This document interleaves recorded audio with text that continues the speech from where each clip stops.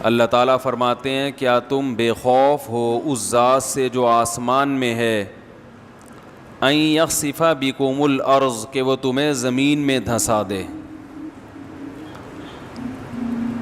فستعلمون کیف نذیر، ام امنتم من فی السماء ان یرسل علیکم حاصبا فستعلمون کیف نذیر، یا تم بے خوف ہو گئے کہ وہ اللہ آسمان سے پتھروں کی بارش نازل کرے تو تمہیں پتہ چل جائے گا کہ میرا ڈرانا کیسا تھا۔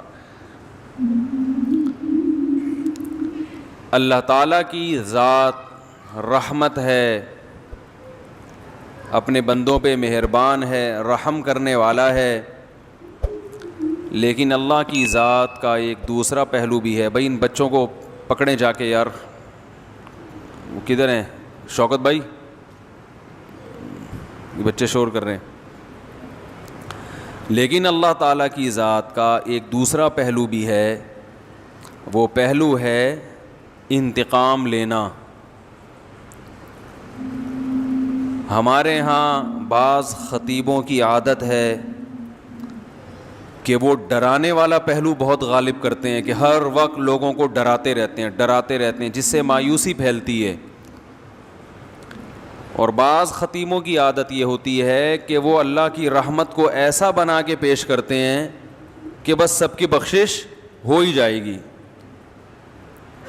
اور رمضان میں تو ویسے ہی بخشا جائیں گے، جمعے کو مر گئے تو بخش گئے، رمضان میں مر گئے تو پھر تو بخشش پہ مہر لگ گئی، اور اگر رمضان میں 27ویں رات کو مر گئے تو بے شک چرس پی کے مرے ہوں پھر بھی کہاں جائیں گے؟ جنت میں جائیں گے۔ گانا گا کے مرے ہوں یا چرس پی کے مرے ہوں یا کسی کی جیب کاٹتے ہوئے مر گئے، جانا سیدھا کہاں ہے؟ جنت میں۔ یہ بھی غلط ہے۔ اس میں جو اعتدال کی بات ہے وہ وہی بات ہے جو اللہ نے بتائی ہے۔ قل لعبادی، اے نبی میرے بندوں سے کہہ دیجئے،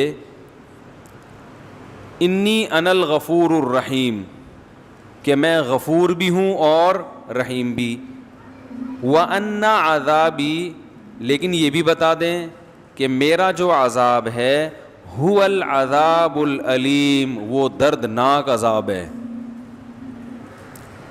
اس میں اللہ نے ہمیں بتا دیا کہ اللہ کے بارے میں تمہارا کیا کانسیپٹ ہونا چاہیے، یہ اللہ نے خود بتا دیا۔ اب دیکھیے قرآن کی بلاغت ہے کہ اللہ اپنے بارے میں جو بتانا چاہتے ہیں نا، اس کے بارے میں اللہ نے جو الفاظ استعمال کیے ہیں وہ بڑے عجیب ہیں۔ ہم جب کسی کو ڈراتے ہیں اور ہم جب کسی کو اپنے بارے میں یہ بتانا چاہیں کہ میں اچھا سلوک بھی کرتا ہوں لیکن جب میرا میٹر گھومتا ہے تو برا سلوک بھی کرتا ہوں، تو ہم یہ اس طرح بتائیں گے نا کہ بھائی میں بہت اچھا بھی ہوں لیکن بہت برا بھی ہوں، یہ کہیں گے نا ہم۔ بھائی میں بہت نرم دل بھی ہوں لیکن سخت دل بھی ہوں۔ ہم اپنا انٹروڈکشن یوں کروائیں گے اگر ہم چاہتے ہیں کہ ہمارے بارے میں ایک درمیان کی رائے قائم ہو۔ ان بچوں کو اللہ کے عذاب سے بھی ڈرایا جائے اور کچھ جنت کی لالچ بھی دی جائے تو پھر یہ بچے قابو میں آئیں گے۔ بھائی یہ ان کو بھیجو، یہ ان کا میٹر بڑا شارٹ ہوتا ہے، آپ ذرا جائیں اوپر جا کے بچوں کو سنبھالیں، پہلے کوشش کریں محبت سے، ورنہ پھر آپ دکھائیں کہ آپ کیا ہیں۔ یہ جو جانے لمبے سے یہ بڑا، میں نے کئی دفعہ دیکھا ان کا میٹر شارٹ ہوا ہے، تو یہ بچوں کو ذرا سنبھالنا پڑتا ہے ورنہ بچے کہاں باز آتے ہیں۔ تو ہم جب اپنا تعارف کروائیں گے تو ہم کیا کہیں گے؟ بھائی میں سخت بھی ہوں اور طبیعت نرم بھی ہوں۔ اللہ نے جب اپنا تعارف کروایا تو اللہ نے کہا قل لعبادی، اے نبی آپ میرے بندوں کو میرے بارے میں تعارف کروا دیں۔ کیا تعارف ہے؟ 3 طریقے ہو سکتے تھے اپنے انٹروڈکشن کے، جو اللہ کی صفات ہیں ان کو بیان کرنے کے 3 طریقے ہو سکتے تھے۔ ایک طریقہ یہ ہو سکتا تھا کہ میں غفور الرحیم بھی ہوں اور سخت عذاب والا بھی ہوں، سخت عذاب والا بھی ہوں۔ ایک طریقہ تو یہ ہو سکتا تھا۔ ایک طریقہ یہ ہو سکتا تھا کہ میری رحمت بھی بہت بڑی ہے اور میرا عذاب بھی بہت بڑا ہے. دیکھو ایک ہوتا ہے اپنی صفت بیان کرنا, ایک ہے اپنے فعل کی صفت بیان کرنا. تھوڑی سی ٹیکنیکل باتیں کچھ زیادہ ہو رہی ہیں, میں اس کو کوشش کروں گا آسان طریقے سے سمجھاؤں. اپنی صفت کا مطلب کیا ہے کہ میں ایسا ہوں, اور اپنے عمل کی صفت کا مطلب میرا عذاب ایسا ہے, میں جیسا مرضی ہوں چھوڑو اس کو, میرا عذاب کیا ہے ایسا خطرناک. دوسرا رحمت کو یوں بھی بیان کیا جا سکتا ہے میں رحیم ہوں, اور ایک طریقہ یہ کہ اپنی صفت نہیں بلکہ میری رحمت ایسی ہے. بھائی نتیجہ تو دونوں کا ایک ہی نکلے گا نا, لیکن فرق کیا ہے, ایک میں اپنا تعارف کروایا جا رہا ہے, ایک میں اپنے فعل کا تعارف کروایا جا رہا ہے, اپنے عمل کا. ارے بھائی جب کسی کو دھمکی دیتے ہو ایک بولتے, ایک طریقہ یہ کہ میں بہت سخت آدمی ہوں, اور ایک ہے میرا چماٹ بہت سخت ہے. اب سمجھ میں آئے گا جو میں کہنا چاہ رہا ہوں, میرا جھانپڑ بہت ٹائٹ ہے. ایک طریقہ یہ ہے نا بھائی کوئی پیسے نہیں دے رہا آپ کے, 1,00,000 روپے لے کے بھاگا ہوا دے نہیں رہا, آپ جاؤ گے اس کے گھر بیل بجاؤ گے, بھائی جان ذرا 25ویں دفعہ آپ کے گھر آ رہا ہوں, ذرا باہر آئیے. جی کیا کام ہے؟ جی بھائی بات یہ ہے کہ میں 25ویں دفعہ پیسے مانگنے کے لیے آ رہا ہوں آپ کے گھر میں. وہ کہہ رہا ہے یار اصل میں ایکچولی مسئلہ, جیسے کہ لوگ کرتے ہیں, ایکچولی مسئلہ یہ ہے کہ وہ ابھی میرے پیسے بھی نکلے نہیں ہیں, کھلے نہیں ہیں, یا کیا ہے, کوئی بھی ٹاپک کرا دے آپ کو, تو آپ اسے 2 طریقوں سے دھمکی دے سکتے ہو.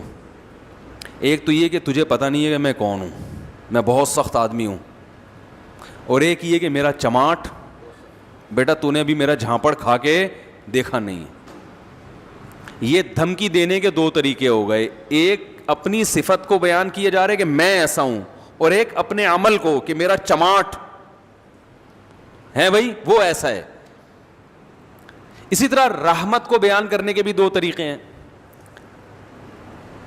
آپ نے کسی سے کہا کہ یار میرا یہ چھوٹا سا کام کر دو, وہ کر نہیں رہا, تو آپ کہہ رہے ہو یار تم تھوڑا سا میرا کام کرو گے نا تو میں بڑا نوازنے والا آدمی ہوں, یہ ذہن میں رکھنا.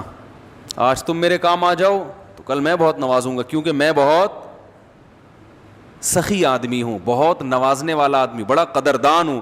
یہ اپنی صفت کو کیا کیا جا رہا ہے, ہائی لائٹ, کہ میں قدردان ہوں. اور ایک طریقہ یہ ہے کہ بھائی یار یہ میں چھوٹا سا کام تم سے کہا ہے, ضرورت ہے کر دو, اگر تم نے کر دیا تو ایک بات ذہن میں رکھنا کہ میں جب کسی کو نوازتا ہوں تو میری نوازشیں بہت زیادہ ہوتی ہیں. تو یہاں اپنے عمل کو بیان کیا جا رہا ہے کہ میرا عمل, نتیجہ دونوں کا ایک ہی نکلے گا نا, یعنی وہ خوش ہو جائے گا. اب قرآن کی بلاغت دیکھو, انداز دیکھو قرآن کا. 3 طریقے ہو سکتے تھے بیان کرنے کے. ایک یہ کہ اللہ یہ کہتے ہیں کہ اے نبی میرے بندوں سے کہہ دیں کہ میری رحمت بھی بہت بڑی اور میرا عذاب بھی بہت بڑا, میری مار بھی بہت بڑی اور عطائیں بھی بہت بڑی. ایک انداز تو یہ ہو سکتا تھا. ایک انداز یہ ہو سکتا تھا کہ میں بڑی عطا والا ہوں, بڑی رحمت والا ہوں اور بڑے عذاب والا ہوں. کیا خیال ہے؟ دوسرا طریقہ یہ ہو سکتا تھا, لیکن اللہ نے, اور تیسرا طریقہ یہ ہو سکتا تھا کہ میں بہت عذاب والا ہوں, رحمت میری بہت بڑی ہے, یعنی رحمت بھی میری بہت بڑی. چوتھا طریقہ یہ ہو سکتا ہے کہ میں بہت رحمت والا ہوں, عذاب بھی میرا بہت بڑا ہے. ارے کیا ہو گیا بھائی؟ تو اللہ تعالیٰ نے 3 طریقے چھوڑ کر چوتھا طریقہ اختیار کیا. جہاں رحمت کی باری آئی تو اپنی صفت کو ہائی لائٹ کیا, یعنی کہ میری عطائیں بہت بڑی ہیں, نہ میں بہت رحمت کرنے والا اور بہت مغفرت کرنے والا ہوں, لیکن عذاب بھی میرا کیا ہے, یعنی کہ میں بہت بڑے عذاب والا ہوں. اس آیت میں اللہ نے عذاب کی نسبت اپنی طرف کرنا پسند نہیں کیا ہے. نسبت کا مطلب یہ کہ یہ اپنا انٹروڈکشن کہ میری صفت ہی یہی ہے. کیونکہ جب ہم کسی کو دھمکی دیتے ہیں نا کہ میں بہت مار والا ہوں, اس سے پتہ چلتا ہے کہ آپ کا کام مارنا پیٹنا ہے. کیا خیال ہے بھائی؟ جب آپ کسی کو یہ کہتے ہیں کہ میں بہت رحم دل ہوں, بہت عطاؤں والا ہوں, تو اس کا مطلب ہے میرا کام کیا ہے, عطائیں کرنا. لیکن جب آپ کسی کو کہتے ہیں کہ میں جب کسی یعنی میری عطا بہت زیادہ ہے, تو اس سے یہ ثابت نہیں ہوتا کہ آپ ہمیشہ عطا کرتے رہتے ہیں. ہاں جب کرتے ہیں تو بہت زیادہ کر دیتے ہیں, لیکن یہ ثابت تھوڑی ہوتا کہ کرتے بھی رہتے ہیں. اسی طرح جب آپ دھمکی دیتے ہیں, ایک طریقہ یہ ہے بھائی میں ہوں ہی سر پھرا, میں ہوں ہی بڑا سخت, اور ایک طریقہ یہ ہے کہ بھائی جھانپڑ میرا بڑا سخت ہے.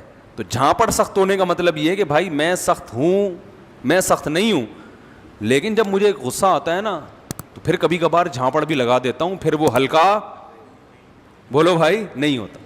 تو اللہ تعالیٰ نے جب رحمت کا تذکرہ آیا تو یہ نہیں فرمایا میری رحمت بہت بڑی ہے, اگر دوسرے مقام پر تو فرمائے میری رحمت بہت بڑی ہے, لیکن یہاں دونوں کا جب ایک ساتھ دونوں صفت کو جب ہائی لائٹ کیا جا رہا ہے اکٹھا, دو متضاد صفات کو, تو رحمت کو اپنی صفت بنا کے پیش کیا, عذاب کو اپنی صفت بنا کے پیش نہیں کیا. کہا قل لعبادی, میرے بندوں سے کہہ دیں, انی انا الغفور, میں مغفرت کرنے والا بھی ہوں اور رحم کرنے والا بھی ہوں. یہ میں والا ہوں لیکن عذاب والا نہ ان عذابی, میرا جھانپڑ بھی بہت سخت ہے, میرا عذاب بھی بہت کیا ہے سخت ہے. اس سے پتہ چل گیا کہ میں عذاب والا نہیں ہوں.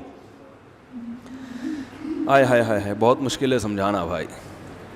میں عذاب والا نہیں ہوں, لیکن کبھی کبھار جب عذاب دیتا ہوں تو پھر ہلکا جھانپڑ بھی لگا دیتا ہوں میں کبھی کبھار, پھر وہ جھانپڑ بہت سخت ہوتا ہے, وہ مکہ بہت سخت ہوتا ہے, وہ عذاب کا کوڑا بہت سخت ہوتا ہے. اس میں اللہ نے اپنا انٹروڈکشن کروایا, ان تین طبقوں کو غلط قرار دے دیا اس میں اللہ نے. وہ طبقے جو ہر وقت اللہ کی رحمت ہی کو بیان کرتے ہیں اور لوگوں کو یعنی بے خوف کر دیتے ہیں کہ بس سب کی مغفرت ہونی ہے, رمضان میں مر گئے چرس پی کے مر جاؤ, کچھ بھی کر کے مر جاؤ, یتیم کا مال کھا لو, بہنے کی وراثت دبا کے بیٹھے ہوئے ہو, حج پہ کر جاؤ گے سب معاف ہو جائے گا, اور جناب مہر کھا گئے, اور جناب وہ ابا سے بھی تمیز سے بات نہیں کر رہا, اماں سے بھی تمیز سے گانے بھی گا رہے ہیں, اور پتہ نہیں کیا کیا ہو رہا ہے. بس اللہ بڑا غفور رحیم ہے, یہ تسبیح پڑھ لو وہ تسبیح پڑھ لو اور اللہ تو معاف کر دے گا, سب کچھ معاف کر دے گا, بس حقوق العباد معاف نہیں کرے گا. بعض لوگوں نے یہ کہا کہ کیوں بھائی حقوق العباد, حقوق اللہ بھی اللہ نے کہا کہ میں معاف نہیں کروں گا جب تک پکی توبہ نہیں ہوگی اور آئندہ نہ کرنے کا عزم نہیں ہوگا. ہاں حقوق العباد میں یہ ہے کہ صرف اللہ سے توبہ ضروری نہیں ہے, مخلوق سے معافی بھی ضروری, لیکن دونوں کا مسئلہ برابر ہے. حقوق اللہ بھی معاف نہیں ہوتے جب تک پکی توبہ نہ ہو. تو ان لوگوں پر بھی رد ہے جو ہر وقت اللہ کی رحمت کو ہائی لائٹ کرتے رہتے ہیں اور ایسا اللہ کو بنا کے پیش کر دیتے ہیں کہ لوگ کہتے ہیں یار ڈرامے بھی دیکھو, فلمیں بھی دیکھو, خواتین پردہ بھی نہ کریں, مرد نظر کی حفاظت بھی نہ کرے, اور میرے بھائی سعودی بینک میں جاب بھی کرتے رہو, سود بھی کھاتے رہو, انشورنس بھی کروا کے رکھو کہ ابا مر گئے تو اتنے پیسے ملیں گے, صحیح ہے نا, نہیں مرے تو نہیں ملیں گے, اور وراثت بھی تقسیم نہیں کرو, حج واجب ہے آپ کے اوپر, فرض ہو چکا ہے, آپ بڑھاپے کے لیے اس کو ٹال رہے ہیں. آج حج کب ہوتا ہے؟ سارے کاموں سے فارغ ہو کر اب کرنے دھرنے کے لیے کوئی کام بچا ہی نہیں ہے, پیسے پڑے ہوئے ہیں, تو چلو اب حج کر کے آ جاؤ. 100 چوہے کھا کے بلی چلی حج کرنے. ہوتا ہے کہ نہیں ہوتا؟ ایک صاحب آئے مجھے کہنے لگے وہ سعودی بینک میں جاب کرتے ہیں, حج پہ جا رہے ہیں. میں نے کہا بھائی سعودی بینک کی جو ارننگ ہے وہ تو حرام ہے, تو اس سے حج کا کہاں ہوگا؟ انہوں نے کہا یہ تو غنیمت ہے, فلاں مسجد کا پیسہ کھا کے عمرہ کرنے گیا ہوا ہے. مسجد کا چندہ کھایا ایک صاحب نے اور فوراً کہاں نکلے؟ عمرہ کرنے. واڑے, ہم نے کہا بڑا زبردست. میں نے کہا یہی بخشوانے جا رہا ہوگا. تو حرام پیسوں سے نہ عمرہ ہوتا ہے میرے بھائی, نہ حج ہوتا ہے, نہ صدقہ ہوتا ہے, نہ قربانی ہوتی ہے. تو لیکن اللہ کی رحمت کا ایسا مفہوم بنا کے پیش کر دیا, بس اللہ بہت غفور, سب بخش دے گا, سب بخش دے گا. رمضان میں بس 27ویں رات میں عبادت کر لو, اور شب برات میں تھوڑا سا حلوے شلوے اور نہا دھو کے تھوڑا سا قل شریف کا اہتمام کر لو. بس یہ چند رسومات کا نام رہ گیا. الحم سے لے کے والناس تک جو اللہ نے پورا قرآن بیان کیا. احادیث, غیبتیں اتنی ہو رہی ہیں, بہتان تراشیاں, گھروں میں لڑوانے کے کام اتنے ہو رہے ہیں. ویل لکل ہمزۃ لمزہ, اللہ قرآن میں کہہ رہا ہے تباہ ہو جائے وہ آدمی جو چغلیاں لگاتا ہے, جو تانے دے دے کے بھڑکاتا ہے لوگوں کو. ایک ہے کسی نے گناہ کیا, آپ چھپڑ میں لے جا کے محبت سے اصلاح کریں اس کی. ایک ہے اس کو اس پہ طنز کریں. طنز کرنے سے اس کی عزت نفس کیا ہوگی؟ مجروح ہوگی اور گناہ پہ جری ہوتا ہے. اس کو کہتے ہیں طنز کرنا. آج اصلاح نہیں کی جا رہی, کیا کیا جا رہا ہے؟ طنز. اس کی غیر موجودگی میں برائیاں کر کر کے نفرتیں. گھروں میں تو اتنا ہو رہا ہے, اتنا ہو رہا ہے, جٹھانیاں, نند, وہ کیا ہوتے ہیں, نندیں, اور کیا ہوتا ہے, ابے جٹھانیاں بھی ہوتا ہے, نندے بھی ہوتے ہیں, اور بھی کچھ ہوتا ہے نا, دیورانی, یہ بھول گیا تھا میں, بہت اہم پارٹ ہے ان کا. دیورانیاں, جٹھانیاں اور نندیں. اسرائیل اور عرب کی ایسی جنگ نہیں ہے جیسی گھروں میں ان کی جنگیں چل رہی ہیں. لڑوا دیتی ہیں, بھائی بھائی کا گلا کاٹ رہا ہے. قطع رحمی کرنے والا حدیث میں آتا ہے جنت میں نہیں جائے گا. رشتہ داری توڑنے والا کہاں سے چلا گیا جنت میں بھائی؟ خونی رشتوں کو توڑا ہوا ہے یار.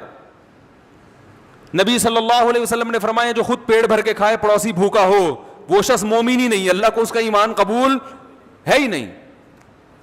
ہمارے حضرت فرما رہے تھے ایک دفعہ بیان میں کہ لوگ رمضان میں یہ تو بتاتے ہیں کہ بخشش ہوگی, بخشش ہوگی, روزہ رکھا, تراویح رکھی, بخشش پکی بخشش ہے, تیسرا عشرہ جہنم سے خلاصی, 27ویں رات میں تو جنت ہی جنت کا. یہ بھی تو حدیث میں آتا ہے کہ جو روزہ رکھ کے بھی جھوٹ نہ چھوڑے اس کو بھوک اور پیاس کے علاوہ کچھ بھی حاصل, اور جو تہجد پڑھ کے بھی برائی نہ چھوڑے اس کو رات کو جاگنے کے علاوہ کچھ بھی حاصل.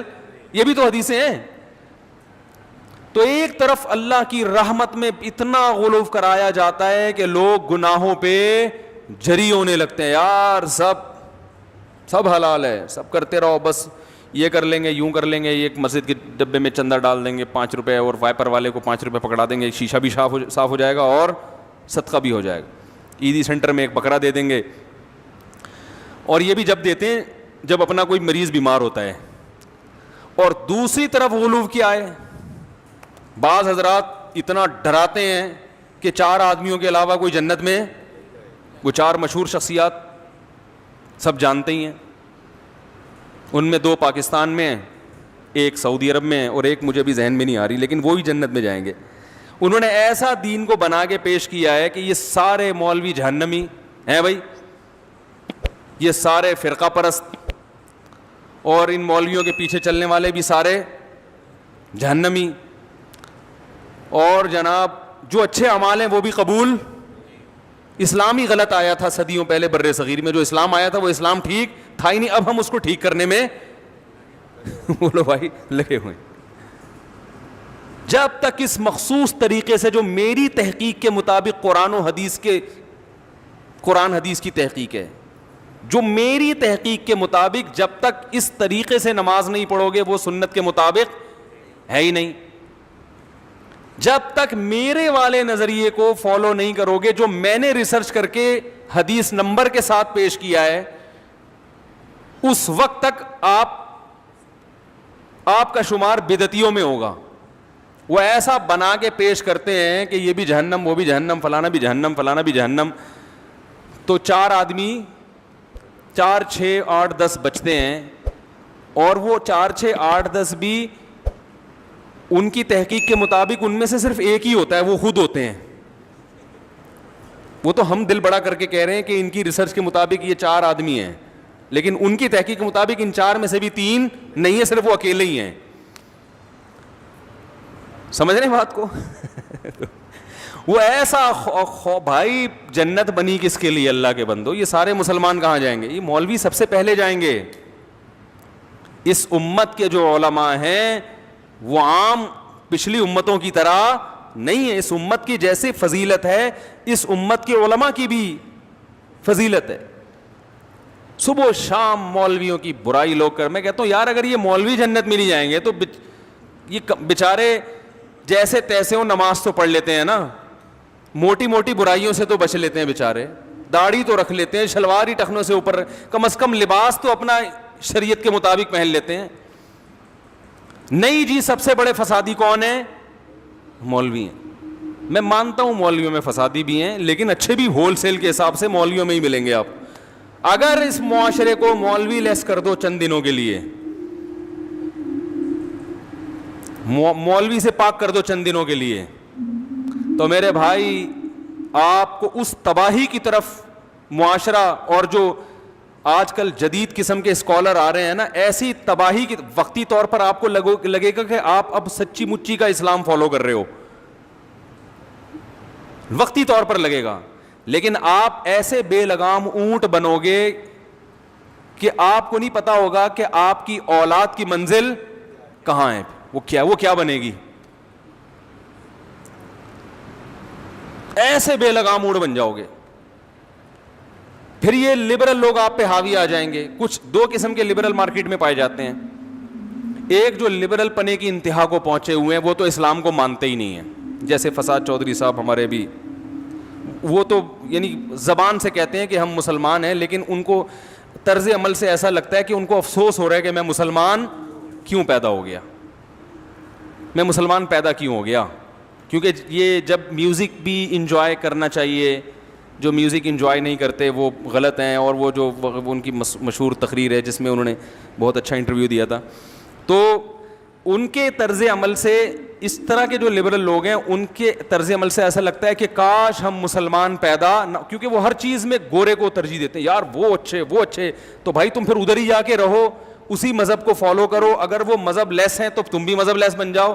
تو یہ خواہ میں اپنے نام کے ساتھ اسلام کا پھلترو لگانے کی کیا ضرورت ہے؟ پھلترو کی طرح چپکا ہوا ہے آپ کے ساتھ بلا وجہ. تو چھوڑو, اپنے لبرل بنو تو صحیح طریقے سے. گورا منافق تو نہیں ہے نا بھائی. انگریز تو کہتا ہے میں قرآن و حدیث کو نہیں مانتا, لہذا وہ عقل سے دلائل دیتا ہے, وہ بحث کرتے ہیں عقل سے. اور یہ بات ان میں اچھی ہے کہ منافق نہیں ہے واقعی. اکثر گورے ہم نے دیکھے ہیں منافق نہیں ہوتے, جو اندر ہے وہی کیا ہے, باہر ہے. وہ کہتے ہیں میں مذہب کو مانتا ہی نہیں. جاؤ, ان کے چند بنیادی اصول ہیں, ان اصولوں کو لے کے وہ زندگی گزارتے ہیں. کہتے ہیں بھئی رسپیکٹ کا حق ہر آدمی کو حاصل ہے, ہر ایک کو عزت دو. جو ان میں اچھے لوگ ہیں ان کی بات کر رہا ہوں. عزت ہر ایک کو دو, تمیز سے ہر آدمی سے بات کرو, چوری نہ کرو, یہ نہ کرو, ملک کے قوانین کو فالو کرو. انہوں نے ایک اصول بنایا ہوا ہے, نماز روزہ ان کی لغت میں اور ان کی ڈکشنری میں جنت جہنم بولو بھائی نہیں. تو آپ بھی ایسے بن جاؤ, خواہ میں اسلام کا نام لے کے آپ جناب وہ نہ ادھر کے نہ ادھر کے. دوسرے لبرل وہ لوگ ہیں کہ وہ مسلمان تو کہتے ہیں اپنے آپ کو اور ان کو اسلام سے محبت بھی ہے, لیکن ان کو اسلام ایسا چاہیے جو انگریزوں کو بھی پسند ہو. سمجھ میں آ رہی ہے بات؟ تو اب ایسا اسلام تو نازل ہوا نہیں جو انگریزوں کو کیا ہو, صحیح نا, پسند ہو. تو وہ یہ کوشش کرتے ہیں کہ یہ پرانے والے اسلام کو کاٹ چھانٹ کر کے نیا بنا دیا جائے, جدید تقاضوں کے مطابق بنا دیا جائے. تو اس ٹائپ کے لوگ بھی ہیں جو آپ سنتے ہی ہیں یوٹیوب پہ, اس ٹائپ کے لوگ بھی آ رہے ہیں کہ بھائی اسلام کو اب کیا کرنا چاہیے. بولو نا بھائی, تھوڑا چینج کرنا چاہیے. چینج کا مطلب یہ کہ یہ پردہ ایکچولی اصل میں آنکھوں کا ہونا چاہیے. داڑھی اصل میں وہ تو ایک کلچر تھا, تو وہ داڑھی واڑی تو کچھ بھی نہیں ہوتا. سنت کوئی رکھنا چاہے تو ٹھیک ہے.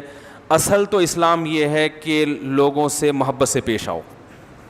تو یہ تو قادیانی بھی کہتا ہے بھائی لوگوں سے, انگریز بھی کہتا ہے, ہندو بھی کہتا ہے لوگوں سے محبت سے پیش آؤ. نماز پڑھ لو, بہت اچھی بات ہے. ایک نماز چھوڑنے والے کو حکومت سزا بھی دے, کوڑے بھی لگائے. اسلام میں تو یہ نہیں کہ حکومت بے نمازی کو کیا دے گی, مسلمان کو سزا ملے, غیر مسلم کو نہیں, مسلمان کو سزا ملے گی اسلامی حکومت میں. نہیں, یہ سزا وزا نہیں ہوتا. تو انہوں نے اتنا زیادہ ماڈرنزم کی طرف گئے. دیکھو اسلام ماڈرنزم کے خلاف نہیں ہے, یہ ذہن میں رکھو. لیکن جو یہ لوگ ہمیں جس قسم کا ماڈرن بنانا چاہتے ہیں وہ ماڈرنزم ہے جو اسلام کے بالکل, وہ ماڈرنزم ہے بھی نہیں, وہ بے حیائی اور عیاشی کو انہوں نے ماڈرنزم کا نام دیا ہوا ہے. دیکھو اسلام اگر ماڈرنزم کے خلاف ہوتا تو نبی صلی اللہ علیہ وسلم نے, نبی کے دور تک بھی تو کچھ ترقی ہو چکی تھی نا.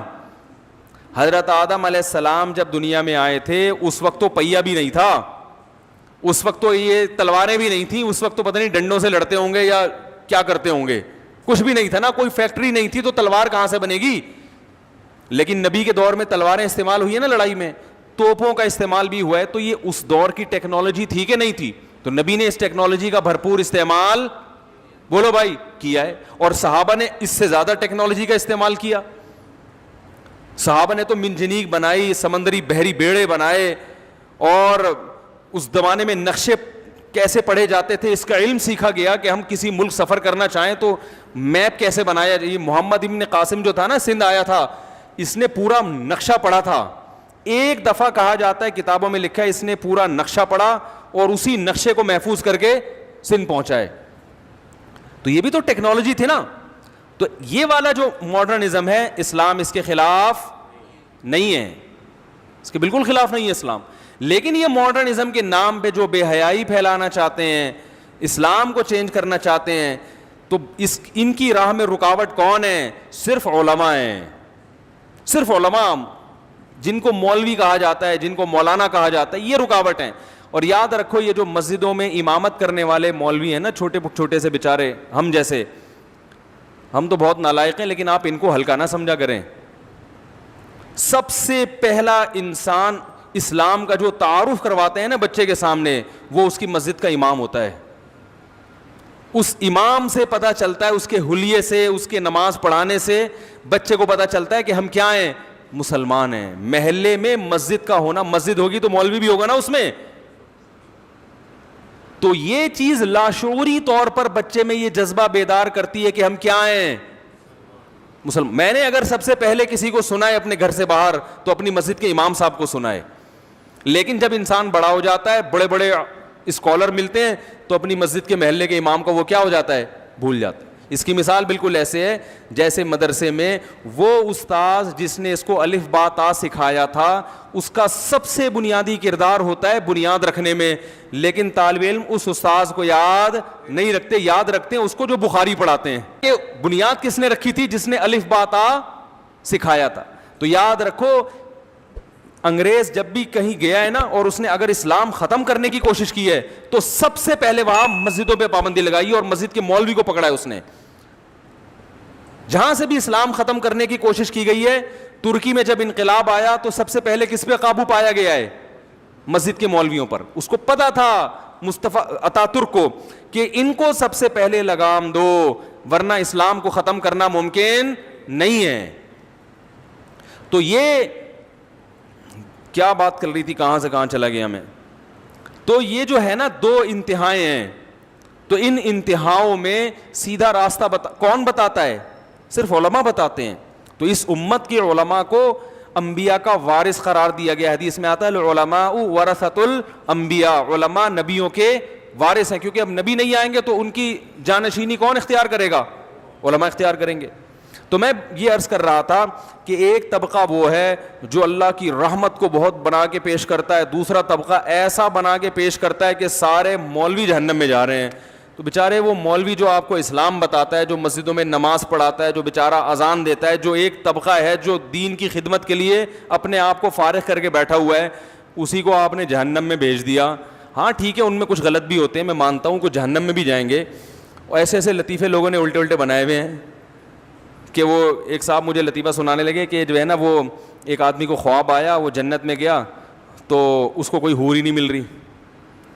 تو اس نے کہا بھائی یہاں تو بڑی حور ہیں. اس نے کہا بھائی یہ حور سے نکاح پڑھانا پڑے گا, اور نکاح کے لیے کوئی مولوی ہمیں جنت میں مل نہیں رہا. تو میں نے کہا ٹھیک ہے بیٹا, بنا لو مولویوں پہ لطیفے, جنت میں کوئی مولوی مل نہیں رہا.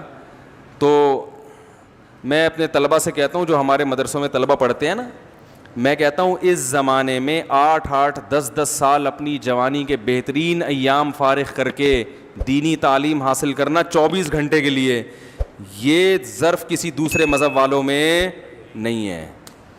میں کہتا ہوں ٹھیک ہے کوئی عملی کوتاہی بھی ہوگی, لیکن اللہ تمہارے اس عمل کو انشاءاللہ ضائع نہیں کرے گا. یہ بڑے قربانی کی بات ہے کہ وہ دور جب آپ کمانے کے قابل بنتے, میں جب مولوی بننے کے لیے آیا تو مجھے پتا ہے میرے کیا جذبات تھے. میرے دوست کوئی ڈپلوما کر رہا ہے کمپیوٹر میں, کوئی پاکستان نیوی میں جا رہا ہے کمیشن آفیسر, کوئی آرمی میں جا رہا ہے, کوئی یہ کر رہا ہے.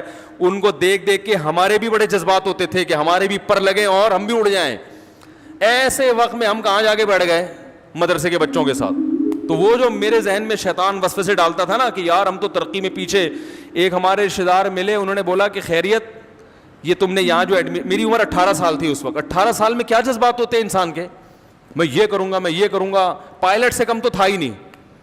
کیا بنو گے پائلٹ؟ 15 سال تک 13-14 سال تک پائلٹ بننا تھا. 16-17 سال میں ہم نے کہا یار پائلٹ نہیں بلکہ کوئی 18 یا 20ویں گریڈ کے کوئی اور آفیسر بن جائیں گے. تو بہت سارے خیالات ہوتے ہیں اس عمر میں انسان میں. تو میں جب مدرسے میں گیا نا تو ہمارے ایک رشتے دار نے پوچھا یہاں کتنے سال کی پڑھائی؟ ان کا خیال تھا 2-3 سال کی ہوگی اور صبح جانا ہے دوپہر کو واپس آنا ہے. میں نے کہا بھائی, انہوں نے کہا ابھی جب آپ جمعے کو جا رہے ہو مدرسے تو واپس کب آؤ گے؟ میں نے کہا اگلی جمعرات کو, یعنی 1 ہفتے بعد. انہوں نے کہا پڑھائی کا شیڈول کیا ہے, مدرسے کی ٹائمنگ کیا ہے؟ میں نے کہا صبح سے لے کے اگلی صبح تک. سمجھ آ رہی ہے بات؟ اسی میں کھانا بھی ہے, اسی میں آرام بھی ہے, اسی میں وقفہ بھی ہوتا ہے. لیکن مدرسے والے چھوڑتے نہیں تھے بھائی, پورا شیڈول. رات کو آپ نے تکرار کرنا ہے اگلے دن کے سبق کا, تو آپ کو گھر جانے کی اجازت نہیں ہے. جمعرات کو گھر آتے تھے اس غم کے ساتھ کہ کل واپس چلے جانا ہے. اس میں 1 گھنٹہ گھر پہنچنے میں لگتا تھا, 2 گھنٹے ہی ہمیں بڑے بھاری لگتے تھے کہ 1 گھنٹہ تو گھر پہنچنے میں نکل گیا اور اگلا 1 گھنٹہ پہلے جانا ہے ہم نے. تو وہ پھر انہوں نے کہا کہ یہ پورا ہفتہ یہ کتنے سال ترتیب چلے گی؟ میں نے کہا 8 سال. تو مجھے اچھی طرح ان کا ملفوظ یاد ہے. انہوں نے کہا اپنے رشتہ داروں سے مشورہ کیا, دوسرے بھائیوں سے, کہ تم یہ جو کرنے جا رہے ہو یہ صحیح کام کر رہے ہو, یہ عمر ہے تمہاری کیریئر بنانے کی اور 8 سال اس میں لگا دیے. تو میں اپنے طلبہ سے کہتا ہوں کہ بھائی ٹھیک ہے ہمارے طلبہ میں بڑی کوتاہیاں ہوں گی, لیکن انشاءاللہ اللہ تمہارے اس عمل کو ضائع نہیں کرے گا اگر تم زندگی بھر علم سے جڑے رہے. ایسا نہ ہو کہ یہاں سے نکلنے کے بعد فارمی انڈوں کا بزنس شروع کر دیا, پھر کوئی فائدہ نہیں ہے. فارمی انڈوں کا بزنس ہی کرنا تھا تو یہ 8 سال یہاں لگانے. میں بزنس کے خلاف نہیں, علماء کو بزنس بھی کرنا چاہیے, لیکن اس طریقے سے کہ ان کے دینی کاموں میں خرچ واقع نہ ہو. تو یہ کیسے ممکن ہے کہ اللہ ان کی اتنی بڑی قربانی کو قیامت کے دن ضائع کر, جبکہ پتہ ہے کہ فیوچر میں کچھ. آپ بتاؤ مولوی بیچارے کو جو سرٹیفکیٹ ملتا ہے, کہیں گورنمنٹ میں اس کو کہیں اس بیس پہ جاب ملتی ہے؟ ایک چپڑاسی کی جاب بھی نہیں ہے, صرف اللہ توکل پہ چل رہے ہیں. تو آپ ان مولویوں کو برا بلا کہنے سے پہلے 100 دفعہ سوچ لیا کرو, لینے کے دینے نہ پڑ جائیں قیامت کے دن. ہاں ٹھیک ہے برائی ہر طبقے میں ہے, تو بھائی وہ تو ڈاکٹروں میں بھی ہے, انجینئروں میں بھی ہے, ہر جگہ ہی ہے کچھ نہ کچھ. لیکن میں نے اپنی آنکھوں سے دیکھا ہے کہ اہل حق علماء کی بات کر رہا ہوں کہ ان میں برائی کا ریشو کم ہے, اور کچھ خوبیاں تو مولاناؤں میں ایسی ہیں جو ہمیں شاید ہزاروں میں کہیں ایک ہی نظر آئے. جتنے مولوی میں نے اپنی زندگی میں دیکھے ہیں سب سخی دیکھے ہیں, اب تک میں نے کوئی کنجوس مولوی نہیں دیکھا. دوسری صفت, میں نے کوئی ایسا نہیں دیکھا جو کم تنخواہ میں روتا ہو, ڈپریشن میں چلا جاتا ہو. کم تنخواہ ہوگی پھر بھی خوش و خرم ہوگا کہ ماشاءاللہ یار اللہ کا دیا. وہ الگ بات ہے محتمین سے پڈا ہو رہا ہوگا اس کا, یار تھوڑی سی تنخواہ بڑھاؤ, لیکن ڈپریشن میں نہیں جائے گا. صحیح ہے نا, ڈپریشن میں نہیں جائے گا, خودکشی کے خیالات نہیں آئیں گے. اللہ پہ اعتماد اور اللہ پہ توکل, یہ 2 بڑی صفات ہیں بھائی, بہت بڑی صفات ہیں. خامیاں ہیں, کہیں آپ میرے سامنے مثالیں دینا شروع کر دو, لیکن اوور آل خیر کا الحمدللہ غلبہ ہے. اور یہ ایسی خیر ہے جو دوسرے طبقوں میں ہمیں شارٹ نظر آتی ہے. یہ جو مسجد میں آ کے سنبھال لینا, مسجد میں نمازیں پڑھانا 5 ٹائم اور اپنے آپ کو باؤنڈ کر لینا اور پھر تھوڑی سی تنخواہ لے کے اس پہ گزارا کرنا, اتنا ظرف میرے بھائی دوسرے لوگوں نے بنائی ہیں مسجدیں. اور پھر انہوں نے سوچا مولویوں کو امام نہیں رکھیں گے, کہیں سے فلانی جگہ سے وہ والا پروفیسر صاحب کو امام لے کر آئیں گے. وہ پروفیسر صاحب 2-4 دن سے زیادہ ٹکے نہیں, پھر وہ کرتے کیا, کسی دوسرے کو امام بنایا, خود پتلی گلی سے نکل. وہ کہتے ہیں 5 نمازیں پڑھانا میرے لیے ایسے ہے جیسے غزوہ بدر میں جہاد کرنا. صحیح ہے نا. تو یہ بڑی مسجدوں میں قاریوں کو, حضرت مفتی ابو لبابہ صاحب ترکی کا دورہ کر کے آئے, وہاں کچھ تھے لوگ, مفتی صاحب نے دیکھا وہ 2 گھنٹے پڑھاتے ہیں وہاں پہ بچوں کو قرآن, ٹھیک ٹھاک تنخواہیں لے رہے ہیں. تو مفتی صاحب نے کہا ہمارے ہاں انڈیا, پاکستان اور برما اور بنگلہ دیش, ان میں آ کے قاریوں کو دیکھو ذرا, 8-8, 9-9, 10-10 گھنٹے پڑھا رہے ہوتے ہیں بچوں کو اور پوری زندگی اسی میں لگا دیتے ہیں, اور تنخواہ 8,000, 9,000, 10,000. یہ اچھی تنخواہوں کی بات کر رہا ہوں. انہوں نے کہا یہ کیسے ممکن ہے؟ انہوں نے کہا یہ جذبہ ہے کہ بھائی ہم نے پوری زندگی کیا کرنا ہے, قرآن کی تعلیم کو عام کرنا ہے. اللہ تعالیٰ ہمارے دادا کی مغفرت کرے. میرے دادا نے سہارنپور میں 60 سال ایک جگہ بیٹھ کر بچوں کو قرآن پڑھایا ہے, حفظ کروایا ہے. 60 سال تک صبح سے شام کام کیا تھا. بولو بھائی, حفظ کروانا. وہ بھی کیا تھے, مولوی. نہیں یاری بات میرا خیال. 60 سال تک صرف کام کیا تھا, ایک جگہ 60 سال گزار دینا پوری زندگی ہو گئی نا, یہ آسان کام نہیں ہے. لیکن بھائی یہ خوش ہیں, مطمئن ہے کہ میرے سے اللہ کیا لے رہا ہے, قرآن کی خدمت. تو آج بھی آپ کو ملیں گے, بہت لوگ ملیں گے آپ کو ایسے. آپ جائیں نا, آپ صرف یوٹیوب کو دیکھ رہے ہیں, آپ سروے کرو, انشاءاللہ آپ کو ان میں خیر زیادہ نظر آئے گی. تو اس لیے بعض لوگ جہنم کا ایسا بنا کے پیش کرتے ہیں, لگتا ہے کہ جنت میں جانے والے 4-5 آدمیوں کے علاوہ کوئی جنت میں نہیں جائے گا, اور ایسا اللہ کے عذاب سے ایسا ڈراتے ہیں. یعنی جہاں شریعت نے گنجائشیں رکھی ہیں اس کو بھی اتنا سخت بنا. ایک صاحب جماعت کی اہمیت پہ بیان کر رہے تھے کہ جماعت کی نماز اتنی ضروری ہے, اگر نہیں پڑھی جماعت سے تو یہ ہو جائے گا, اور اگر تم, بس کیا بتاؤں میں نے کہا یار انہوں نے, جماعت کی بڑی اہمیت ہے اسلام میں, لیکن حضرات فقہا نے قرآن و سنت ہی کی روشنی میں کچھ آزار بیان کیے کہ بھئی یہ عذر ہے تو جماعت سے نماز چھوڑ سکتے. میں نے کہا یہ اتنا سخت بنا کے انہوں نے پیش کر دیا کہ اب جماعت سے نماز پڑھنا لوگوں کے لیے آسان نہیں بلکہ مشکل. لوگ کہیں گے یار یہ تو ہمارے بس میں ہے ہی نہیں. حالانکہ فقہا تو دین کو زیادہ سمجھتے ہیں نا. انہوں نے بتایا کہ بھئی یہ آزار ایسے ہیں, آپ کو شدید بھوک لگ رہی ہے, آپ کے سامنے کھانا آ گیا, اب آپ کو ڈر ہے میں نماز پڑھنے جاؤں گا تو کھانا ٹھنڈا ہو جائے گا, تو آپ جماعت سے نماز چھوڑ سکتے ہیں. جہاں شریعت نے گنجائشیں دی ہیں وہ گنجائش دینی چاہیے, بلا وجہ نہ چھوڑیں. اور ایسا ہی بھی نہ ہو کہ روزانہ اسی ٹائم پہ کھانا پکوانا شروع کر دیں. رشوت کے معاملے میں کہیں شریعت نے گنجائش دی ہے کہ آپ پہ ظلم ہو رہا ہے تو ظلم سے بچنے کے لیے آپ رشوت دے سکتے ہیں, بہت ساری ہے. لیکن وہ رشوت پر بیان کریں گے تو ایسا کہ آدمی کہے گا بھائی میں تو, کسٹم میں جو آدمی ہے وہ تو گیا جہنم میں.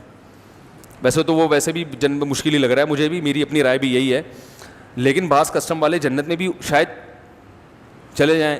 ٹھیک ہے, وہ جو بیچارہ کنٹینر چھڑوا رہا ہے نا, کنٹینر چھڑوا رہا ہے, اس کو تو رشوت مجبوری میں دینی پڑتی ہے, وہ تو نہیں دے گا تو وہ تو کنٹینر قیامت تک اس کا وہیں کھڑا رہے گا. لیکن محترم نے رشوت کے خلاف ایسا بیان کیا کہ جہاں شریعت نے گنجائش رکھی ہے وہ گنجائش لوگوں کو نہیں بتائی. لوگ کہتے ہیں یار ہمارا تو بزنس ہی نہیں ہو سکتا, ہم تو کاروبار کر ہی نہیں سکتے کیونکہ یہاں تو جگہ جگہ کھانچے کھلے ہوئے ہیں. حکومت کے جو سرکاری جو لوگ ہیں نا, افسران منہ کھول کے بیٹھے ہوئے ہیں, ان کے منہ میں جب تک ہڈی نہ ڈالو بزنس ہو ہی نہیں سکتا. تو مفتی صاحب نے فتویٰ دے دیا کہ ہڈی ڈالنا جائز نہیں ہے, تو وہ پھر وہ کہتے ہیں یار جانا ہی جہنم میں ورنہ تو بھوکے مر جاؤ یہاں پہ. تو یہ ایک شریعت کا وہ پہلو ہے جو بہت, حقوق پر بات ہوگی تو والدین کے حقوق پر بعض لوگ بات کرتے ہیں, اتنا زیادہ خطرناک بنا کے پیش کر دیتے ہیں کہ انسان کہتا ہے بھائی میں ماں باپ کے حقوق ادا کر ہی نہیں سکتا. وہ ایک مولوی صاحب نے تقریر کی, بولا ماں کا اتنا حق ہے, یہ ہو گیا تو جہنم, یہ ہو گیا تو جہنم, یہ ہو گیا تو جہنم. وہ پریشان, اس نے بولا بھائی میری اماں تو ویسے ہی مجھے صبح شام تنگ کرتی رہتی ہیں اور جھگڑا تو ہوتا ہی ہے. اب اس نے جا کے اماں کو جان سے ہی مار دیا. اس نے بولا یار جان سے کیوں مارا؟ اس نے بولا بھائی ان کے حقوق ادا کرنا میرے بس میں. آج میں نے بیان سنا ہے, اتنے خطرناک حقوق ہیں, میں نے کہا حقوق کا اڈا ہی ختم کر دو. بھائی نہ یہ رہیں گی نہ ان کے حقوق رہیں گے. تو اتنا خطرناک بنا کے پیش کرتے ہیں. حالانکہ جہاں اسلام نے ماں باپ کے حقوق بیان کیے ہیں وہیں ایک باؤنڈری بھی کھینچی ہے کہ اس سے اتنے ہیں, اس سے زیادہ بولو بھائی نہیں ہے, اس سے زیادہ نہیں. ایک صاحب نے مجھے بتایا کہ حدیث میں آتا ہے, ایک خاتون کا فون آیا, انہوں نے حدیث سنی کہ بھئی شوہر کے اگر پیپ نکل رہی ہو تو عورت اس کے پیپ چاٹ لے تو بھی شوہر کا حق ادا نہیں ہو سکتا. اس نے کہا بھئی یہ تو بہت زیادہ ایک یہ نہیں ہو گیا کہ میاں کے زخم سے اگر پھوڑا نکل آیا اور پیپ نکلے تو. ایک خطیب صاحب نے کہیں بیان کر دیا اس یہ مجمع میں کہ شوہر کا اتنا بڑا حق ہے کہ اس کے پیپ نکل رہی ہو نا تو عورت وہ پیپ بھی چاٹنا شروع کر دے تو بھی شوہر کا حق ادا نہیں ہو سکتا. اب لٹکا کے چھوڑ دیا ان خطیب صاحب نے. اب وہ عورت اپنے شوہر کا حق نہیں ادا کرے گی, کیونکہ کون پیپ چاٹے گا بھائی بیٹھ کے ہیں, اور اس کو یہ بھی پتا ہے کہ یہ چاٹنے کے بعد بھی حق ادا, تو اس کا مطلب ہے شوہر کا حق قیامت تک ادا ہو ہی نہیں سکتا. تو پھر چھوڑو, جب جانا ہی جہنم میں ہے تو جتنے ادا ہو رہے ہیں ان کے بھی ادا کرنے کی چندہ ضرورت نہیں ہے. حالانکہ ان خطیب صاحب نے جب یہ بیان کیا تھا تو سب سے پہلے تو حدیث کی سند پیش کرنی چاہیے کہ یہ حدیث صحیح ہے بھی یا نہیں ہے. اگر صحیح ہے تو اس کا دوسری حدیثوں کی روشنی میں مفہوم بیان کرنا چاہیے تاکہ باقی حدیثوں اور اس حدیث میں ٹکراؤ نہ رہے. میں نے ان سے کہا، میں نے کہا پہلی بات تو اس حدیث کی سند ٹھیک نہیں، میں نے تحقیق کی اس کی، اور اگر مان لو کہ سند ٹھیک ہے تو میں نے کہا صحابہ کرام میں ہمیں کہیں بھی نہیں ملتا کہ کسی خاتون نے اپنے شوہر کی پیپ چاٹی ہو، کہیں بھی نہیں ملتا. تو یہ کیسی حدیث ہے جس پر صحابہ کرام نے عمل بولو بھائی نہیں کیا؟ اور شریعت نے پیپ کو ناپاک بھی قرار دیا. تمام فقہا کا اس پر اجماع ہے کہ پیپ کا کھانا حلال بولو بھائی نہیں. میں نے کہا یا تو یہ حدیث ضعیف ہے، اور واقعی ضعیف ہے، یہ حدیث صحیح نہیں ہے، اور یہ اگر ہے تو یہ محض ایک تاکید بیان کرنے کے لیے ہے، یہ اپنی حقیقت پر محمول نہیں ہے. جیسے لغت میں ہوتا ہے نا، ہم کسی کو دھمکی دیتے ہیں، مائیں بچوں کو دھمکی دیتی ہیں چپ ہو جا ورنہ منہ توڑ دوں گی تیرا.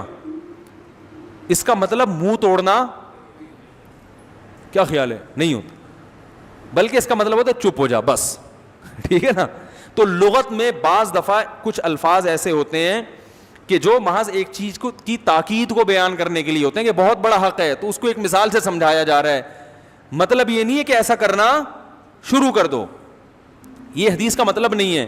کیونکہ رسول اللہ صلی اللہ علیہ وسلم نے جہاں میاں بیوی کے حقوق بیان کیے ان کی تفصیل بھی بیان کر دی کہ زوجہ پر یہ باؤنڈری ہے، اس سے زیادہ آپ بوجھ نہیں ڈال سکتے. نبی صلی اللہ علیہ وسلم نے فرمایا کہ وہ تمہاری مرضی کے بغیر کسی کو گھر میں نہ آنے دے، صحیح ہے نا، امانت میں خیانت نہ کرے، مال کی حفاظت کرے. یہ چند موٹے موٹے بنیادی حقوق بیان کیے، فرمایا اس سے زیادہ تمہارا ان پر حق نہیں ہے. اور یہ بھی بیان کر دیا کہ عورت پر شوہر کا حق کتنا ہے. تو وہ اس میں جو ایک اصول بیان کیا اس میں پیپ اور خون کا کہیں بھی تذکرہ نہیں ملتا. تو بعض لوگ وہ ایک، ہم اکثر بچپن میں قصہ سنتے تھے کہ وہ ایک سیب جو ہے نا وہ دریا میں کہیں گرا، شیخ عبد القادر گیلانی رحمۃ اللہ نے وہ سیب اٹھا کے کھا لیا. تو بعد میں ان کو خیال آیا پتہ نہیں یہ کس کا سیب ہوگا. تو وہ پھر سفر کرتے گئے، پتہ کیا وہ تو بغداد سے کہیں سے چلتا ہوا آ رہا تھا سیب. یہ ہم بچپن میں بڑا واقعہ سنا کرتے تھے. تو وہ پھر سیب کھانے تلاش کرتے کرتے سیب کے مالک کے پاس پہنچے بغداد. اتنا لمبا سفر کیا انہوں نے دوسرے ملک کا، سیب تاکہ معاف کراؤں نا، حقوق العباد تو بندوں کے معاف کیے بغیر معاف ہوتے نہیں ہیں. تو انہوں نے کہا سیب کے مالک سے معاف کروانا پڑے گا. تو وہاں میں نے دل میں سوچا جب اتنی ٹینشن تھی تو کھایا کیوں بھائی؟ جس میں اتنا تقویٰ ہوتا ہے وہ تو شروع میں ہی نہیں کھاتا، چلو غلطی سے کھا لیا. تو اب وہاں پہنچے تو مالک سے جو ہے وہ کہا کہ بھائی میں نے غلطی سے سیب کھا لیا ہے تو اب معاف کر دو. اس نے کہا ایک شرط پہ معاف کروں گا، میری بیٹی سے شادی کرو. انہوں نے کہا اچھا بھائی کیا؟ انہوں نے کہا وہ لنگڑی بھی ہے، اندھی بھی ہے، بہری بھی ہے، گونگی بھی ہے. آئیں. انہوں نے کہا لیکن کرو گے تو معاف کروں گا ورنہ نہیں. اب مجبوری تھی، سیب معاف کرانا تھا. انہوں نے شادی کر لی. پتہ چلا وہ تو نہ لنگڑی ہے، بڑی خوبصورت تھی. تو انہوں نے کہا لنگڑی اس اعتبار سے کہ گھر سے باہر کبھی نکلی نہیں ہے، یعنی اس اعتبار سے معذور ہے گویا، اور اندھی اس اعتبار سے کبھی نامحرم کو دیکھا نہیں ہے، بہری اس اعتبار سے غلط بات کبھی سنی نہیں، گونگی اس اعتبار سے غیبت کبھی نہیں کی. تو یعنی آرڈر پہ بنوائیے آپ یہ کہہ سکتے ہیں. تو وہ یہ حضرت عبد القادر گیلانی کو اس تقوی کا یہ صلہ ملا. تو ہم سنتے تھے سبحان اللہ کہتے تھے، لیکن ایک بات خیال آتا یار ہماری تو بخشش، ہمارے محلے میں بادام کا درخت تھا، ہم پتھر سے توڑ توڑ کے بچے تھے نا کھایا کرتے تھے. حالانکہ انٹی منع بھی کرتی تھی، یہاں تو منع بھی نہیں کیا تھا اس نے. بھائی جو باغ کا مالک تھا اس نے تھوڑی کہا تھا سیب نہیں کھاؤ، وہ گر گیا تو جانے دیا، اس کا مطلب کھا لو، جس کا ہو گیا ہو گیا، ورنہ اگر اتنا ہی شوق تھا بھائی اٹھا لیتا. اور وہ انٹی جن کے ہم بادام توڑتے تھے بچپن میں، بھائی اب نہیں کرتے یہ کام، وہ تو منع کرتی تھی، بد دعائیں دیتی تھیں. تو شکر ہے لگی نہیں بد دعائیں ان کی، ہم نے معاف کروا لیا تھا بعد میں ان سے. تو بادام بچے کرتے ہی ہیں نا یہ. تو وہ ہم دلیل یہ دیتے تھے کہ جو باہر کی طرف آیا ہوا ہے نا وہ قوم کا ہے. بچے بڑے شرارتی ہوتے ہیں. ہم تو اسکول، اب تو بچے وہ شرارتیں کرتے نہیں. ہم جب بچے تھے نا اسکول جب جایا کرتے، ہمارا بہت دور پیدل اسکول تھا، بڑی شرارتیں کرتے ہوئے جاتے تھے. اس میں گھر سے جو جیب خرچی کے پیسے ملتے ہیں، کسی کی اٹھنی گر گئی نا تو دوسرا اس پہ پاؤں رکھ کے کھڑا ہو جاتا تھا. اب کیا کرتا تھا وہ کہتا تھا دو میرے پیسے، کہہ رہے نہیں، اٹھا کے جیب میں ڈالے. بھائی کیوں؟ کہہ رہے مجھے اللہ کی زمین سے ملے. یہ سنا ہوگا نا، بھائی یہ تمہارے نہیں، مجھے کہاں سے ملے؟ اللہ کی زمین. اور وہ دیتا ہی نہیں، پھڈے شروع ہو جاتے تھے اس پہ، ہمیں تو کہاں سے ملے. بچے نا لاجک پیش کرتے ہیں. تو ہم یہ کہتے تھے بادام کا جو حصہ ان کے گھر کی طرف ہے وہ ان کا ہے، جو باہر آ رہا ہے وہ گلی محلے والوں کا ہے، بھائی وہ ان کا ہے ہی نہیں. تو ہمیں کیا، ہم تو بھائی ہم نے تو پتہ نہیں کتنے بادام کھائے ہیں، تو ہم تو جنت میں جا ہی نہیں سکتے یار, یہ تو بڑا مسئلہ ہو گیا. جب ہم مدرسے میں داخل ہوئے تو ہم نے پھر فقہ کی کتابیں پڑھیں, اصول فقہ. اس میں فقہاء نے لکھا کہ اگر کسی نے کسی کے درخت سے ایک بیر کھا لیا اور اب وہ درخت والے سے کہیں بیر نیچے گرا ہوا تھا, اس نے اٹھا کے کھا لیا, اب یہ جا رہا ہے درخت والے سے معافی مانگنے کے لیے کہ بھائی ایک بیر میں نے آپ کا کھا لیا ہے, قیامت کے دن جہنم میں نہ چلا جاؤں تو آپ مجھے معاف کر دیں. تو کہا کہ اس آدمی کو کوڑے لگیں گے جو معافی مانگ رہا ہے بھائی, یہ واجب التعزیر ہے, اس لیے کہ یہ وہم کو کیا کر رہا ہے, پروموٹ کر رہا ہے. یہ تقوی کو ایک شریعت کا کیا رخ پیش کر رہا ہے, غلط بنا کے پیش کر رہا ہے. یعنی بھائی ایک بیر نیچے گر جائے تو کوئی درخت والے کو تکلیف نہیں ہوتی, ایک بیر ہے کھا لیا کیا ہو گیا, مدذل الا لیا, بیر سامنے آیا کھا لیا. تو یہ کوئی ایسی چیز تھوڑی ہے جس پہ انسان کو تکلیف ہوتی ہے. اس کا جو ٹائم آپ نے ویسٹ کیا معافی مانگنے میں, یہ کتنی بڑی ٹینشن ہے. ہمارے حضرت مفتی رشید احمد صاحب سعودی عرب گئے, کسی کے یہاں مہمان تھے, تو حضرت کے پاس کچھ اپنا گھر کا سامان بھی تھا, اس میں ایک کپ تھا حضرت کا, تو وہ کپ وہیں رہ گیا میزبان کے گھر میں, چھوٹا سا کپ تھا, سعودی عرب میں ہی رہ گیا, اور وہ کپ تھوڑا سا ٹوٹا ہوا بھی تھا, تو ویسے ہی اس کی ویلیو کم ہو گئی. وہ 1 سال کے بعد سعودی عرب سے آئے, انہوں نے اس کپ کو محفوظ رکھا ہوا تھا کہ حضرت کا کپ ہے تو یہ قیمت, یعنی ایک بہرحال ایک چیز ہے کہ ضائع ہو گئی تو مسلمان کا دل دکھے گا. 1 سال کے بعد آئے, کہنے لگے حضرت میں نے چیز کو ضائع ہونے سے بچایا. تو حضرت نے فرمایا آپ میں دینداری ہے مگر سینس نہیں, جتنی ٹینشن اس کی حفاظت میں لگی ہے نا اتنے کا یہ کپ بولو بھائی ہے نہیں. ہر چیز کی جتنی قیمت ہوتی ہے اس حساب سے اس کی حفاظت پہ ٹینشن لی جاتی. سونے کی چیز ہے, آپ لاکر بنوائیں گے, 20,000 کا لاکر بنوا کے اس میں رکھ دیں گے, اور چیز 5 روپے کی بھی نہیں ہے اور آپ اس کو الماریوں میں لاک. بھائی کپ کو بھی محفوظ رکھنے میں کتنی ٹینشن ہوتی ہے نا, کہ کسی کا بچہ نہ توڑ دے, بچے کو الگ چماٹ مارا ہوگا, بھائی تو نے حضرت کا کپ کیوں اٹھایا, ٹوٹ جاتا تو ضائع ہو جاتا, قیامت کے دن مجھے 100 کپ پیش کرنے پڑتے ہیں بھائی. تو حضرت نے فرمایا دینداری ہے مگر تفقع نہیں ہے. ایک چیز جس کی ویلیو اتنی نہیں ہے تو یا تو خود استعمال, مجھے کیا, میں جو اللہ نے اتنا غریب تھوڑی ہوں کہ میں ایک کپ پہ یہاں بیٹھ کے رہوں گا, بھائی اتنی تو سینس ہونی چاہیے نا. فرمایا کہ میں تھوڑی تمہیں اس پہ ملامت کرتا کہ میرا کپ کیوں کھا گئے. فرمایا کہ اگر استعمال کے قابل تھا تو استعمال کر لیتے, استعمال کے قابل نہیں تھا کسی غریب کو پکڑا دیتے, غریب نہیں ملتا تو کچرے میں پھینک دیتے. سمجھ میں آ رہی ہے بات, چھوٹی سی چیز ہے, اس کو ضائع کرنے کا گناہ نہیں ہوگا, اس لیے کہ حفاظت کرنے میں اپنی صلاحیتوں کو ضائع کیا جا رہا ہے. تو صلاحیتوں میں بھی اسراف ہوتا ہے کہ ان کو ضائع کرنا بھی کیا ہے, کیا خیال ہے. تو ایک معمولی چیز کی حفاظت میں آپ اتنی ٹینشن لے رہے ہیں, تو یہ ٹینشن لے کے جو آپ اپنے اوقات کو ضائع کر رہے ہیں تو یہ وقت کا اسراف ہے. تو دیکھا جاتا ہے کون سی چیز کس وقت زیادہ قیمتی ہے, تو اس زیادہ قیمتی چیز کو بچانے کی فکر کی جائے گی, کم قیمتی چیز کو قربان کر دیا جائے گا. میری بھی یہی عادت ہے, گھر میں اگر کوئی کپ ٹوٹ جائے تو بھائی اللہ کا دیا الحمدللہ بہت کچھ ہے, میں کسی کو دے دیتا ہوں, نہیں تو کچرے میں اٹھا کے پھینک دیتا ہوں. بعض لوگوں کی عادت ہوتی ہے, آپ ان کے اسٹور میں جائیں, 20-20 سال پرانی سوغات نکلیں گی ان کے اسٹور سے. یہ جب شٹرنگ ہوئی تھی اس کے 3 پھٹے باقی بچ گئے تھے, ایسا ہی ہوتا ہے نا بھائی, جب چھت ڈلی تھی تو شٹرنگ میں 3 پھٹے باقی بچ گئے تھے, ہم نے رکھ لیے, دوبارہ کبھی شٹرنگ ہوئی تو اس میں کام آ جائیں گے, کیونکہ اسلام میں چیزوں کو ضائع کرنا حرام ہے. ابے بھائی یہ 3 پھٹے کو تو نے جو کمبخت پورے اسٹور کو انگیج کیا ہوا ہے, یہ پھٹے اٹھا کے یا تو کسی غریب کو دے یا بیچ دے, ورنہ کچرے میں پھینک دے ان کو. بھائی تو کیا اس میں رکھا ہوا ہے ان پھٹوں میں. آپ جائیں نا, بعض خواتین جو گھریلو ہوتی ہے نا ان میں بعض یہ چیزیں ہوتی ہیں, پتہ نہیں کیا کیا چمچ رکھا ہوا ہے, ایک تانبے کا پردادی کا چمچ ہے, کیا کیا چیزیں پرانی پرانی, اور دلیل یہ دی جاتی ہے کہ ضائع کرنا اسلام میں ناجائز ہے. بھائی سامان ہلکا پھلکا رکھو, باقی چیزیں ضائع نہ کرو, صدقہ کر دو. کوئی صدقہ لینے والا نہیں ہے, پھینک دو اٹھا کے اس کو. سمجھ رہے ہیں, کچرے سے بھی بہت سے لوگ چیزیں اٹھا کر, کوئی اس کا گاہک ہوگا وہ کچرے سے اٹھا لے گا. تو یہ تفقع ہے, بصیرت. تو خیر میں جلدی سے بات کو سمیٹتا ہوں کہ ایک طرف یہ انتہا ہے کہ اللہ کی رحمت کو ایسا بنا کے پیش کر دیا جاتا ہے کہ جو مرضی کرتے رہو, جانا سب نے جنت میں ہی ہے, اور ایک طرف ایک انتہا ہے کہ اتنا خطرناک بنا کے پیش کیا جاتا ہے کہ سیب کھا لیا تو گئے کام سے. تو وہ پھر ماں کون بھائی, اگر سیب کھا لیا ہے تو بس اللہ سے توبہ استغفار کر لو, اللہ آئندہ نہیں کھاؤں گا. ٹھیک ہے نا. لیکن ایسا نہ ہو کہ سیب پیٹیوں سے چوری کرنا شروع کرتے ہیں اب آپ لوگ جا کے. یہ تو ایک سیب درخت سے خود گر گیا, راستے میں پڑا ہوا تھا, آپ نے اٹھا کے کھا لیا. لیکن درخت سے جا کے سیب توڑنا اس کسی کی پرمیشن کے بغیر وہ جائز نہیں ہے. وہ پھر کیونکہ اس میں مالک کی طرف سے اجازت نہیں ہوتی. یا ریڑھی والے سے بعض لوگ اٹھا لیتے ہیں. بعض لوگوں کی عادت ہے کھجور خریدنے گئے ریڑھی میں, 2-4 جو ہے نا ویسے ہی چکتے چکتے ہی, تو اب سوچو کہ تم 4 تم چکو گے, 4 اگلے والا چکے گا, آدھی ریڑھی تو اس کی ایسی خالی ہو جائے گی.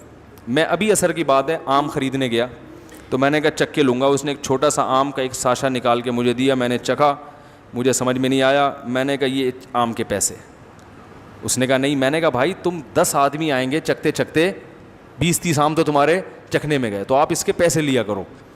میں نے بہت کوشش کی, اس نے لیے نہیں, تو وہ نہیں لیے, لیکن اس کی مرضی. مگر ایسی صورت میں آپ اس کو دیں پیسے. وہ نہیں بھی لے رہا ہو تو اس کا تو آم خراب ہو گیا نا.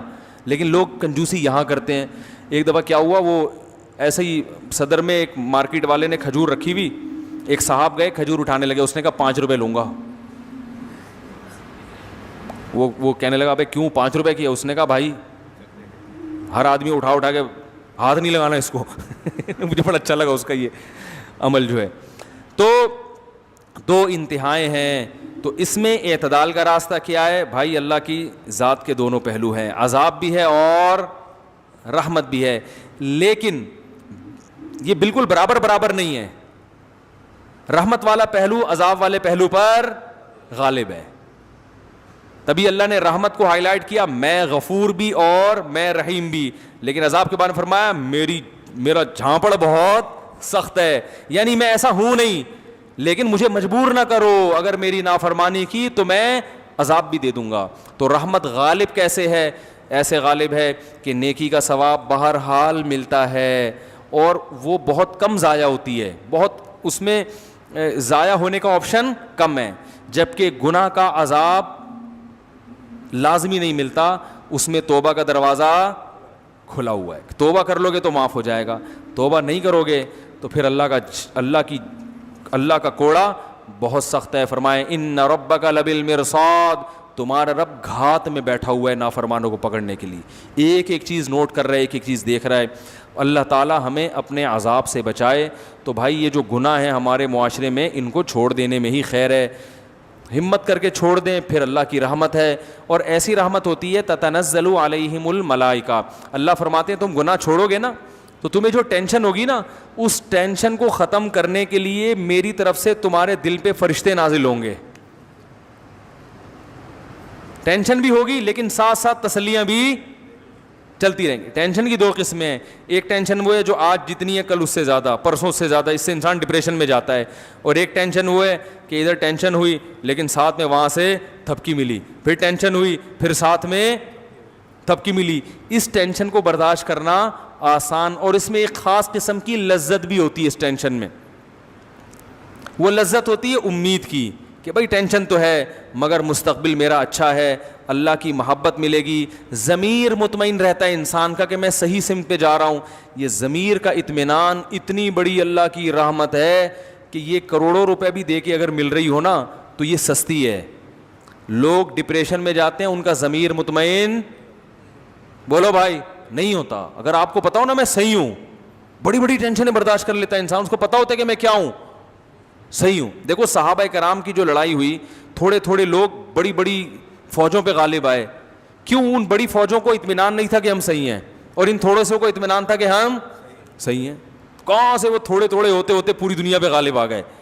تو جب انسان کو کانفیڈنس ہوتا ہے کہ میں صحیح ہوں تو اس کے لائف اسٹائل چینج ہو جاتا ہے. میں اکثر ایک واقعہ بیان کرتا ہوں, بس یہ واقعہ بیان کر کے اپنی بیان کو ختم کرتا ہوں. میں اکثر یہ جو واقعات ہیں نا بہت آبزرو کرتا تھا بچپن میں, ابھی بھی کرتا ہوں. کہیں کوئی واقعہ نظر آئے نا تو میں نے دیکھا ایک ہمارے بچپن میں ایک بلی جو ہے نا وہ کہیں سے بوٹی اٹھا کے لائی اور کھا رہی ہے. کتے کی نیت خراب ہو گئی, وہ کتا پنے پر اتر آیا, وہ بلی کے قریب آیا. اب آپ بتاؤ کتا جو ہے بلی سے کئی گنا زیادہ طاقتور ہوتا ہے کہ نہیں ہوتا؟ کیا خیال ہے؟ کتے کو چاہیے تھا ایک تھپڑ لگاتا, بلی سے بوٹی لے کے کھا جاتا, ایک چماڑ لگاتا ہڑک. لیکن کتا آیا اور نا اب کیوں ڈر رہا ہے بلی سے؟ کتے کو یہ احساس ہے کہ رائٹ میرا یہ لے کر آئی ہے, لیکن ہے تو کتا بنا نا, لالچ تو ہے اس میں. اب وہ آگے کھڑا ہوا ہے, ایسے قریب آ رہا ہے نا یوں کر کے, اور بلی کی دم پھول رہی ہے, اسٹائل چینج ہو رہا ہے, آنکھوں کی بناوٹ چینج, اور بوٹی کھانے کو اتنا فوکس نہیں کر رہی جتنا بوٹی بچانے کی فکر اس کو زیادہ ہے. اب میں نے دیکھ رہا ہوں کہ وہ جناب کتا آیا اور یوں نا ڈرتا ڈرتا, حالانکہ کتے کو جب غصہ آتا ہے وہ تو ایسی کی تیسی کر دے بلی کی بھائی, لیکن کتا گھبرا رہا ہے, قریب آ رہا ہے, بلی کی دم پھولتی جا رہی ہے, کتا پھر بھی ہمت کر رہا ہے اور اپنے آپ کو بھائی شعر سنا رہا ہے, جھپٹنا پلٹنا پلٹ کر جھپٹنا لہو گرم رکھنے کے ہیں یہ بہانے. وہ کہہ رہا ہے گھبرا نہیں, تو کتا ہے. بلی سے کیوں ڈر رہا ہے؟ ڈر بھی رہا ہے اندر اندر, لیکن تھوڑا تھوڑا آہستہ آہستہ جب اپنے باڈی کو دیکھتا ہے, اپنے جو ہے نا اپنے کتے ہونے کا احساس اس کو ہوتا ہے, تو کہتا ہے بھائی تو کیسے ڈر رہے گا, تو تیری بےزتی ہو جائے گی اور بھوک بھی لگ رہی ہے. قریب بھی آ رہا ہے اور بلی کی دم پھولتی جا رہی ہے, لیکن بلی پیچھے نہیں ہٹ رہی. اب دیکھو یہاں بلی کمزور ہے, کتا طاقتور ہے, مگر فتح کس کی ہو رہی ہے؟ بلی کی. یہاں تک کہ جب کتا بالکل بوٹی کے قریب پہنچ گیا, بلی نے رکھ کے چماٹ لگایا ہے اس کے, ایسے چپیٹ مارا ہے نا اس کے منہ پہ, وہ جو غراتا ہوا بھاگا ہے کتا.